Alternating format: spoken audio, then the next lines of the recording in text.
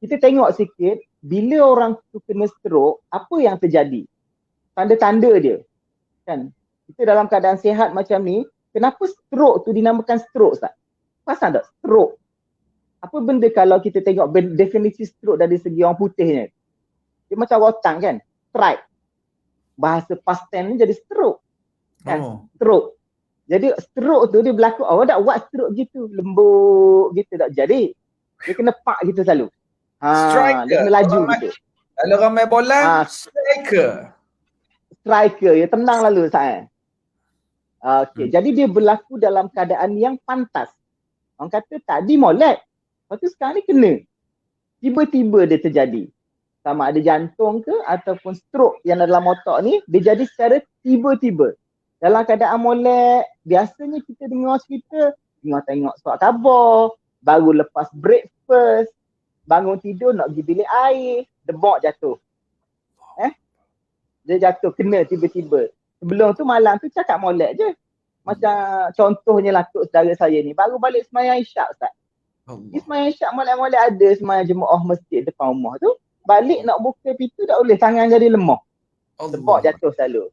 Koma lalu. Kan dia jadi tiba-tiba gitu. Dia bukan ada warning-warning lah. Jadi dia berlaku secara tiba-tiba. Nama dia stroke. Apa yang berlaku secara tiba-tiba tu? Ni yang saya nak khabar kepada para penonton, peminat-peminat ustaz semua yang ada kat luar tu. Gini Ustaz. Kita tengok 6 perkara. 6 perkara. Yang pertamanya dari segi balancing. Kan balancing tu guna tiba-tiba jadi nak jatuh, huyung. Jalan huyung. Ataupun kepala jadi pening. Oh itu ni 6 ni tanda-tanda. 6 ni tanda-tanda. 5 tanda-tanda. Yang T yang last kali nama dia time. Nama dia be fast. Be fast. B-E-F-A-S-T. Jadi B yang pertama ni, tanda-tanda dia, orang kena ni, dia balancing hilang.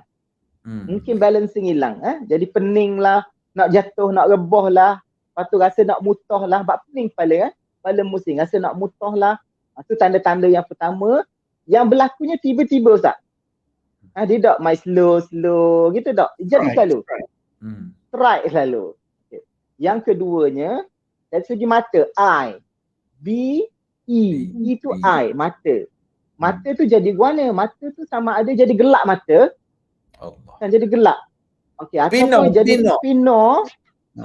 Jadi pino mata gitu. Ataupun dia jadi tak nampak separuh ke. Kan? Rajin juga Ustaz cerita-cerita kita menerima pesakit yang bawa kereta tu. Lepas tu dia rasa pening, lepas tu gelap mata. Dia dah nampak. Lepas tu orang khabar mana? Ingat berlanggar rupanya jadi kena stroke dulu, terbabas tepi jalan. Ni cerita-cerita benar lah belakang ni Ustaz. Kita jumpa kat hospital tak? Kita jumpa dekat hospital macam tu. Jadi mata. Dia jadi pina mata ataupun gelap mata, tak nampak separuh. Itu merupakan tanda yang kedua yang kita kena cakna sikit. Okey, jadi yang ketiganya dari segi muka. Face. Sama ada muka ni jadi kebas. Tak rasa. Numbness orang putih panggil. Numbness. Jadi numb, kebas. Ataupun muka jadi hengok. Kadang-kadang hengok. Kita dah nampak. Orang duduk depan nampak. Ataupun kawan-kawan kita nampak. Isteri nampak. Anak nampak. Bapa ayah nampak muka sengit kan. Nampak jatuh sikit. Itu tanda-tanda. Dia berlaku ke tiba-tiba juga Ustaz tiba-tiba. Jadi sebab tu kita nak kena kenal pasti tu. Okey, yang kedua apa tu tadi? Muka. F. Be fast. Pula arm. Be fast. Jadi yang A arm. Arm tu jadi guana. Jadi sama ada kita pegang gelas ke gelas jatuh. Kan dengan minum air, jatuh gelas. Ataupun pegang pen, tak boleh nak nulis. Ataupun tak bangun tidur, apa tak boleh nak akak sebelah tangan Kan, dia jadi kerah. Tak boleh nak akak. Tidur molek je semalam. Kan pagi ni bangun, tiba-tiba dia jadi, tangan jadi sebelah tu. Sebelah jadi lemah. Itu tanda-tanda yang keempat.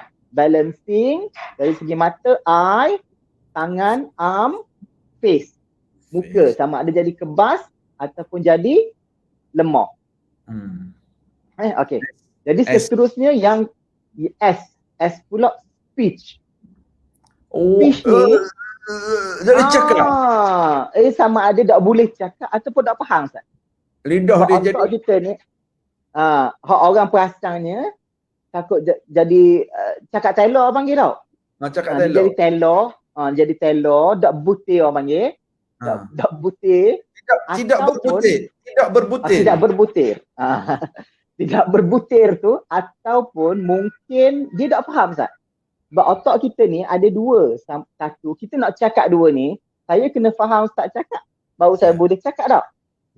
Jadi kemungkinan saya boleh cakap tapi saya tak faham Ustaz cakap. Jadi saya cakap merapu je. Ngabang orang panggil. Kan? Tak tahu apa benda cakap. Sebab Ustaz tanya lain, saya tak faham. Kita pun cakap benda lain. Itu pun boleh jadi juga. Kadang-kadang tengok tiba-tiba kawan-kawan buat apa jadi cakap pelik je ni kan. Cakap butir tapi pelik. Itu merupakan tanda-tanda dia yang ke-5 tadi. Be fast. S. Jadi yang T ni lah yang kita nak tekan sikit. Timing Ustaz. Sebab sebenarnya stroke ni boleh dirawat. Kan?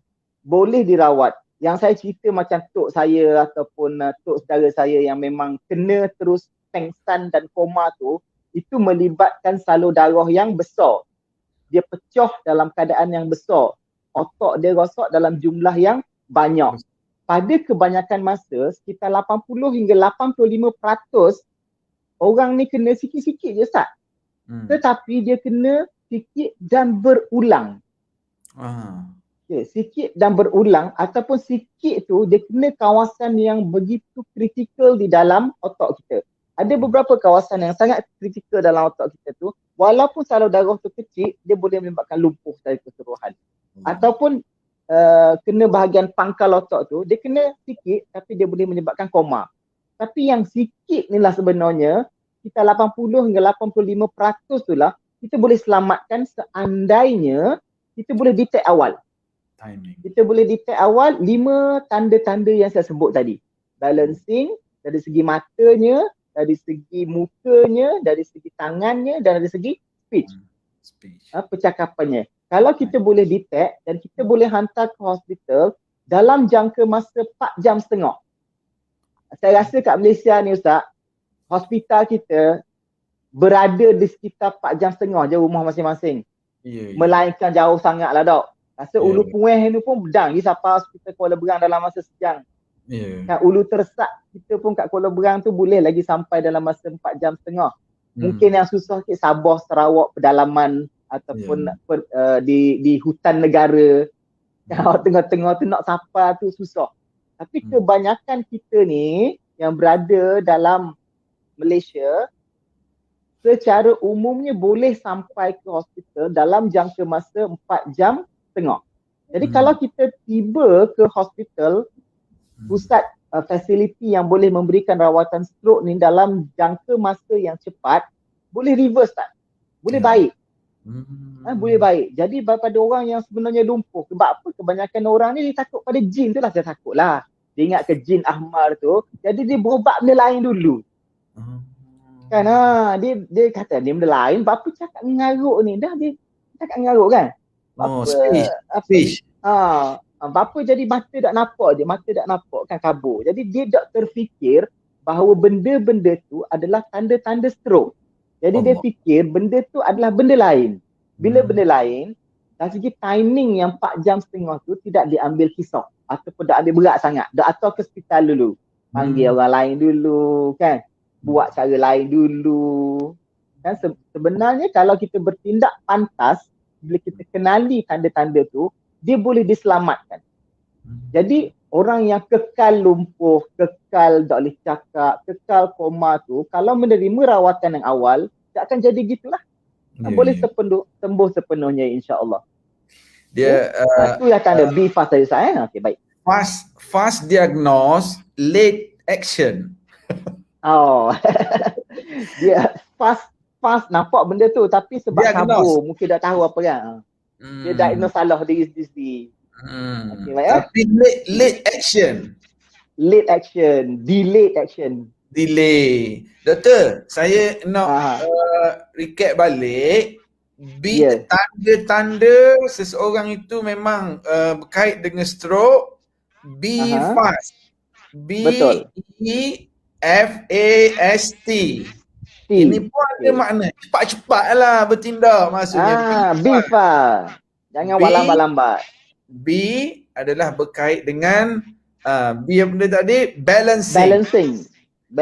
Dia rasa uyung gitu. Ya, betul Ustaz. I, mata dia. Dia rasa berpinor, gelap, tak nampak. Betul. Fast, face. Face ni muka jadi rayon. Okey. Ataupun jadi kebas. Nam tak dia benda? Numbness. Fast. A ni dia punya arm. Tangan dia jadi lembek. Tak boleh akak. Tangan ataupun kaki lah. Okey. Arm. S, dia punya speech. Lidah dia jadi Dr. Big perkataan ataupun dia bercakap dia merapu sekali. Ya betul, sebab dia dah nak faham. So, timing ni dalam masa 4 jam hingga 4 jam setengah, insya-Allah kalau kita fast action boleh handle lagi masalah ni.